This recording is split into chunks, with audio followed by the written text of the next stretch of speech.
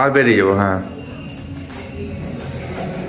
তো আমাদের রুমে একটুখানি রেস্ট নিয়ে নিলাম, কারণ আবার এতটা জার্নি করতে হবে। আর 12টা বাজছে, তোমার ওইদিকে পুজো শুরু হয়ে গেছে। তো ভাবলাম যে চলো এবার একটু যাই, ওইখানে একটু যাই, প্রণাম টনাম করে নিই। আর গৌশালাটাও তোমাদের সঙ্গে একটু শেয়ার করে নেবো। আর তারপরে যখন খাবার টাইম হবে, কারণ 12টাতে বেজে গেল, আর একটু পরে ওই 1টা থেকে বললো 2:30 3টে অবধি খাওয়া দাওয়া হয়। তো আমরা ভাবছি ফার্স্ট ব্যাচেই খেয়ে নেবো, কারণ আবার এতটা যেতে হবে। দেখি এখন পাই কিনা ফার্স্ট ব্যাচে বসতে।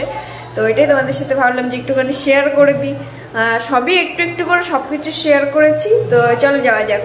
যা ভিড় দেখতে পাচ্ছি, মনে তো হয় না উঠতে পারবো বলে, কারণ সিঁড়িটার কাছটা তো অনেক বেশি ভিড় আছে। দেখা যাক।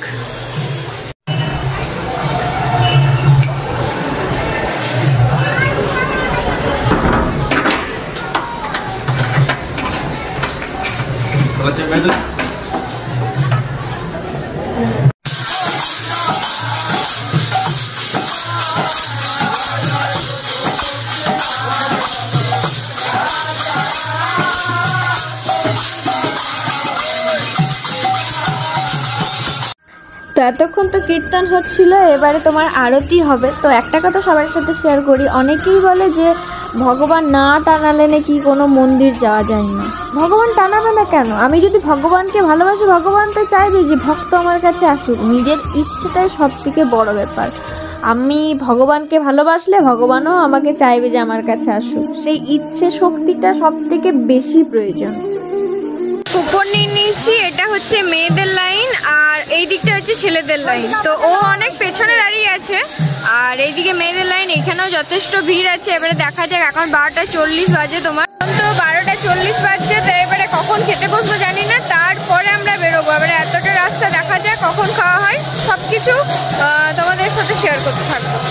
তো মোটামুটি একটি যুদ্ধ জয় করে আমরা খাবারের জায়গাতে চলে এসেছি। আর দেখো এখানে কত ভিড়, আর জায়গাটা যদিও বেশ বড়। আর দেখছি ও চলে এসেছে, ও ছেলেদের লাইনে যেহেতু দাঁড়িয়ে ছিল, তো ওই দিক ও অন্যদিকে বসে আছে, আমি অন্যদিকে বসে আছি। আর এদিকে দেখো কতটা ভিড়, আমার তো খুব এক্সাইটেড লাগছে।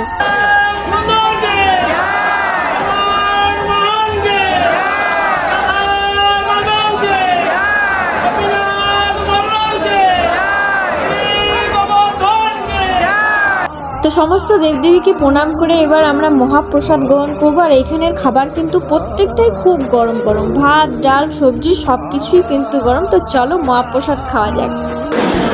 আপনাদের বাড়ি কোথায়? এই সামনাসামনি বাড়ি, দূরে?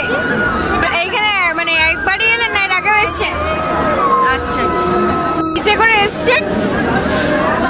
বাসে। কেমন লাগছে? ভালো লাগছে? প্রসাদ খাওয়া তো কমপ্লিট, কিন্তু খেলাম যে পাতাটাতে, সেই পাতাটা তো ফেলার ব্যবস্থা করতে হবে। সেই জন্য একটা গাড়ির ব্যবস্থা আছে, ওখানেই সবাই পাতা ফেলে দিচ্ছে। আর কলের ব্যবস্থা আছে, যেখানে সবাই হাত ধুয়ে নিতে পারবে। তো আমাদের খাওয়া দাওয়া তো কমপ্লিট, ভাবলাম একটু মন্দিরটা ঘুরে যাই। তো এরপর রুমে যাব, চেঞ্জ করবো, নিয়ে বেরিয়ে পড়বো। তো খেয়ে কেমন লাগলো? খেয়ে খুব ভালো লাগলো। 50 টাকা মানে খুব ভালো খাবার দিচ্ছে মহাপ্রসাদ হিসেবে। ভাত ডাল বাঁধাকপি তরকারি, সবজি হয়তো সিজনে অনুযায়ী চেঞ্জ হতে পারে। চাটনি আর পায়েস আর পোস্ত ছিল। পোস্ত তো বললাম। হ্যাঁ।